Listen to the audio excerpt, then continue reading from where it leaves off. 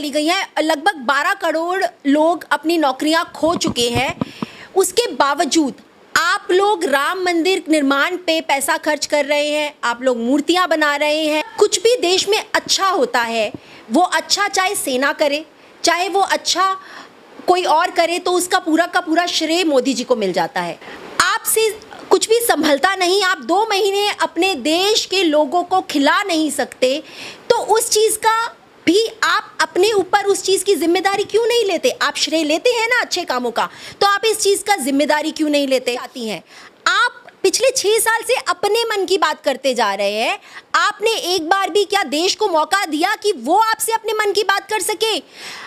आपने पिछले 6 सालों में एक भी प्रेस कॉन्फ्रेंस की जिसमें आप जवाब दे लोगों के सवालों का नहीं है। आपकी जुमले कब तक चलेंगे? हमें नहीं चाहिए आपकी बातें, हमें नहीं चाहिए आपके मन की बात। आप हमारे मन की बात सुनिए, हमसे गुफ्तगू करिए, हमसे बात करिए। जिन लोगों की समस्याएं हैं, जब किसान मर रहा था, किसानों के कर्जों के लिए सड़कों पे जब किसान आए, क्या आपने उनके मन की बात सुनी? जब वो लगातार सुसाइड करते रहे, क्या आपने उन किसानों के मन की बात सुनी? आपने उन किसानों के साथ, अगर आपने कुछ किया तो आपने सिर्फ हिंदू मुसलमान किया। अगर आपने कुछ किया तो आपने सिर्फ लोगों को गुमराह किया, कभी मंदिर के निर्माण पर, कभी मुस्लिमों के नाम पर। आपने गलत नीतियां बनाई, आपने बहुत सारी ऐसी नीतियां बनाई जिससे आपने लोगों के गले घोट दिए। ये मन की बात तो प्रेमी प्रेमिका करते हैं आपस में, देश से मन की बातें नहीं होती हैं, देश को सुना जाता है। देखिए, कहीं ना कहीं मैं इसको ज़िम्मेदार मानती हूँ सबसे पहले डिमोनेटाइजेशन को। आज राहुल गांधी जी ने खुद एक वीडियो जारी किया है जिसमें उन्होंने ये बात बताई है सरासर कि जो डिमोनेटाइजेशन है वो रूट कॉज है आज की गिरती हुई जीडीपी का। कहीं ना कहीं जब किसी देश में उस देश में नौकरियां ख़त्म होती हैं या उस देश में कुछ भी आपकी अर्थव्यवस्था है जो उसको नुकसान पहुंचता है, उसका पूरा का पूरा जो उसका जिम्मेदारी होती है वो सरकार की होती है। और अगर आज देश की अर्थव्यवस्था नहीं सही चल रही है तो उसकी जिम्मेदारी भी पूरी तरह से सरकार की है। लेकिन हमारी फाइनेंस मिनिस्टर जो है वो इसको बड़ी कन्वीनियंटली बोल देती है ये एक्ट ऑफ गॉड है और अपना पल्ला झाड़ लेती है। मैं उनसे ये पूछना चाहती हूँ कि क्या डिमोनेटाइजेशन एक्ट ऑफ गॉड था? क्या एक unplanned lockdown act of God था? क्या मजदूरों को आपने रातों रात जिस तरह से लॉकडाउन किया और मजदूरों को अपनी जान से हाथ धोना पड़ा, वो लोग पलायन करने पे मजबूर हो गए अगले दिन, क्या वो एक्ट ऑफ गॉड था?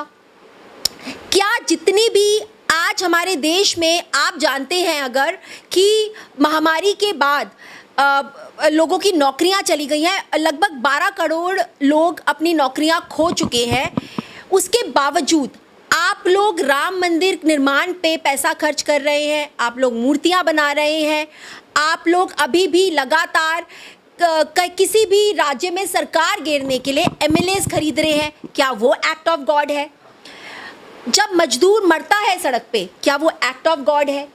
आप जब कुछ भी देश में अच्छा होता है, वो अच्छा चाहे सेना करे, चाहे वो अच्छा कोई और करे, तो उसका पूरा का पूरा श्रेय मोदी जी को मिल जाता है। लेकिन जब देश में कुछ भी गलत होता है, देश की अर्थव्यवस्था चरमरा जाती है, एक पैंडेमिक जो कि रोका जा सकता था वो नहीं रुकता और देश में उसकी वजह से 30 लाख से ऊपर केसेस हो जाते हैं, 60,000 लोग मर जाते हैं, आपसे कुछ भी संभलता नहीं, आप 2 महीने अपने देश के लोगों को खिला नहीं सकते, तो उस चीज़ का भी आप अपने ऊपर उस चीज़ की जिम्मेदारी क्यों नहीं लेते? आप श्रेय लेते हैं ना अच्छे कामों का, तो आप इस चीज़ का जिम्मेदारी क्यों नहीं लेते?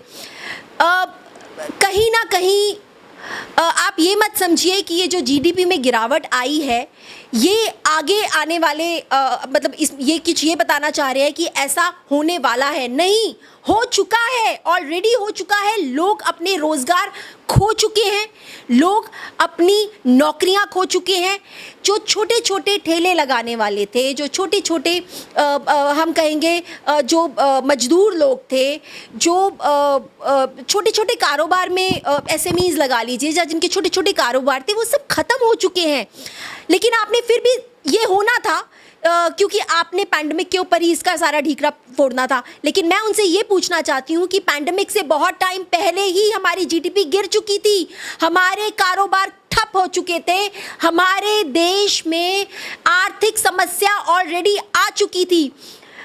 मैं इस बात में ज़रूर कहूँगी हमारी अपोजिशन, राहुल गांधी जी, जिन्होंने इस पैंडेमिक के 85 डेज इस देश में एंटर होने से पहले आगाह किया था, रिक्वेस्ट की थी हमारे देश के प्रधानमंत्री जी से, ये बोलते हुए कि ये पैंडेमिक और देशों में आ चुका है, अगर ये पैंडेमिक हमारे देश में आ गया तो त्राही त्राही मच जाएगी, एक सुनामी आ जाएगी। और उसके बाद उन्होंने क्लियरली बोला था कि ना सिर्फ इससे जो मेडिकल हमारा जो मेडिकली हम लोग देश के लोगों का नुकसान होगा, लोग अपनी जान खोएंगे, पैंडेमिक की महामारी फैलेगी, बल्कि इकोनॉमी भी हमारी पूरी की पूरी डाउन हो जाएगी। उन्होंने बोला था कि ये सुनामी आएगी, लेकिन हमारे प्रधानमंत्री जी तब लिट्टी चोखा खाने में बिजी थे क्योंकि बिहार इलेक्शंस होने वाले थे। उसके बाद उनके लिए ज़्यादा इंपॉर्टेंट थी ट्रंप की विजिट, उसके बाद उनके लिए ज़्यादा इंपॉर्टेंट थी मध्य प्रदेश की गवर्नमेंट को गिराना, वहाँ के जितने भी जो एमएलएस थे, आपने उनको आपके लिए उनको खरीदना ज़्यादा इंपॉर्टेंट था। आपने 100 करोड़ रुपया देकर उन एमएलएस को खरीदा। आप जानते थे ये महामारी आने वाली है। सबसे पहले मैं शुरू से एक चीज़ बोलती आ रही हूँ, ये बात, हम लोग इस बात का इंतज़ार क्यों करते हैं, हम लोग क्या इनवाइट कर रहे थे कि महामारी आए? आप लॉकडाउन एक रात में कर सकते हैं, लेकिन जब आपको मालूम था हमारे देश में अभी केसेस नहीं आए, या अगर एक भी केस आ गया था तो आप इंटरनेशनल फ्लाइट्स को बंद करते। आपने इंटरनेशनल फ्लाइट्स को अगर उसी वक्त बंद कर दिया होता, आपको संपूर्ण लॉकडाउन की ज़रूरत ही नहीं पड़ती। लेकिन आपने क्यों बंद नहीं किया? क्योंकि आपको कहीं ना कहीं आप जानते थे, आपको आवाजाही चाहिए थी, आपको ट्रंप की विजिट करानी थी, आपको अपने बहुत से मंसूबे पूरे करने थे, आपको फिर फाइनली जब पैंडेमिक आ जाए, शायद कहीं ना कहीं आपने ये सोचा हो कि चलो थोड़ा बहुत पैंडेमिक आने दो देश में, हमें इकोनॉमी का ढीकरा भी तो फोड़ना है उनके सर पर, इसलिए आपने पैंडेमिक को आने दिया।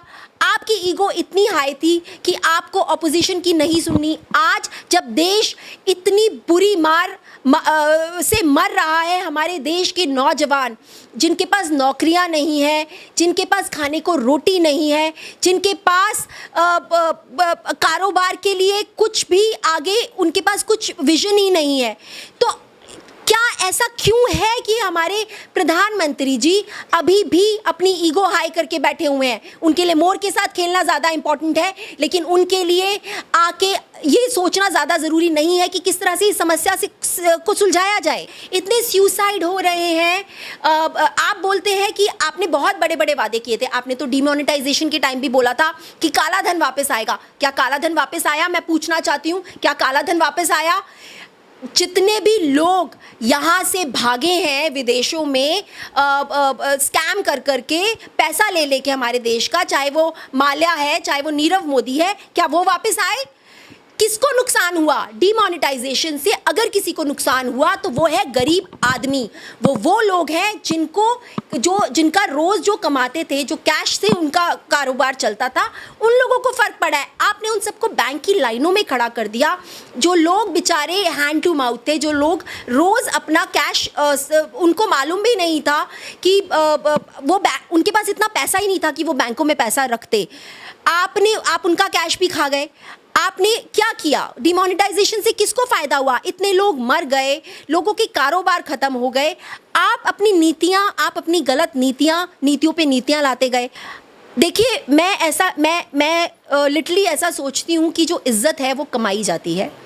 आपने 6 सालों में, हम भी चाहते थे कि हम भी देखना चाहते थे कि अब बीजेपी के हाथ में देश आया है, हो सकता है कुछ अच्छा हो सकता है जैसे जैसे उन्होंने वादे करे वो सब होने वाला हो यहाँ पर। लेकिन हुआ क्या? आपने थ्रू आउट 6 सालों में अगर आपने कुछ किया तो आपने सिर्फ हिंदू मुसलमान किया, अगर आपने कुछ किया तो आपने सिर्फ लोगों को गुमराह किया, कभी मंदिर के निर्माण पर, कभी मुस्लिमों के नाम पर। आपने गलत नीतियाँ बनाई, आपने बहुत सारी ऐसी ऐसी नीतियां बनाई जिससे आपने लोगों के गले घोट दिए। मन की बात तो प्रेमी प्रेमिका करते हैं आपस में, देश से मन की बातें नहीं होती हैं, देश को सुना जाता है। देश के लोगों की क्या समस्याएं हैं, उनकी क्या डिमांड्स हैं, वो क्या चाहते हैं, उनकी क्या प्रॉब्लम्स हैं, वो सुनी जाती हैं। आप पिछले 6 साल से अपने मन की बात करते जा रहे हैं। आपने एक बार भी क्या देश को मौका दिया कि वो आपसे अपने मन की बात कर सके? आपने पिछले 6 सालों में एक भी प्रेस कॉन्फ्रेंस की जिसमें आप जवाब दें लोगों के सवालों का? आप अगर प्रेस कॉन्फ्रेंस के नाम पर या मीडिया के या लोगों के सवालों के नाम पर अगर कुछ करते हैं तो आप अक्षय कुमार के साथ बैठ के आम की बातें करते हैं। आप प्रधानमंत्री हैं, आपकी एक गरिमा है। अगर हमारा देश बहुत अच्छा चल रहा है, आप मोर के साथ भी खेलिए, आप अपने वीडियो शूट भी कीजिए, आप अक्षय कुमार के साथ बातें करिए या अमिताभ बच्चन के साथ बातें करिए, हमें कोई फ़र्क नहीं पड़ता। लेकिन जब देश समस्याओं से जूझ रहा है, जब देश में लोग इस वजह से मर रहे हैं क्योंकि उनके पास खाने को नहीं है, उनके पास नौकरियां नहीं है, आपकी जुमले कब तक चलेंगे? हमें नहीं चाहिए आपकी बातें, हमें नहीं चाहिए आपके मन की बात। आप हमारे मन की बात सुनिए, हमसे गुफ्तगू करिए, हमसे बात करिए।